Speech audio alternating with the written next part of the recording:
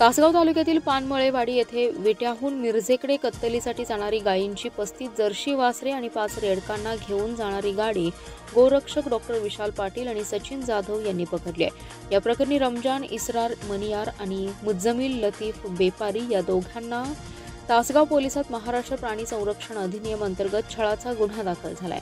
तपासणीनंतर ही वासरे गोशाळेत सोडण्यात आली आहेत।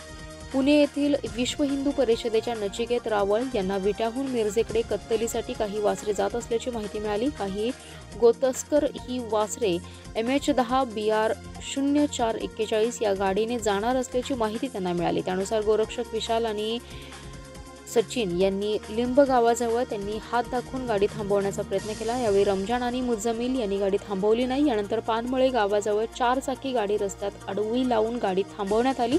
यानंतर दोघेही गाडी थांबवून पळू लागले। यानंतर पळताना पाय घसरून व्यापारी हा पडला आणि जखमी झाला। त्या दोघांना पकडून आम्ही पोलिसांना फोन केला। गाडीत आम्ही पाहिले असता क्रूरतेने त्यांची तोंडे बांधून ठेवली होती।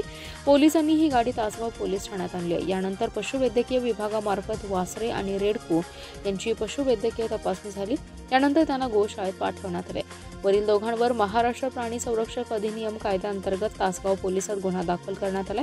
या दोघांवर 22 जून रोजी 104 वाहनांची कत्तलीसाठी वाहतूक केल्याचा विटा पोलिसात गुन्हा दाखल आहे।